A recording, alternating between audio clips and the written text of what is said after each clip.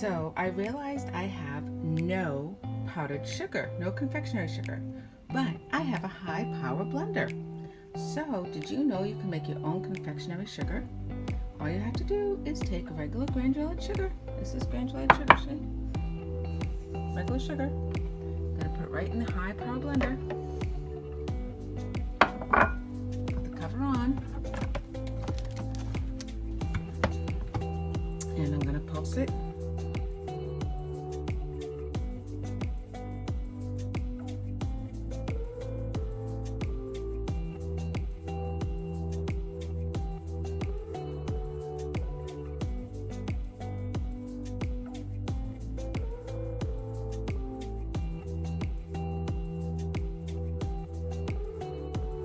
Just look at the power of the blades that are inside our blender. It's just going at it and making the powdered sugar.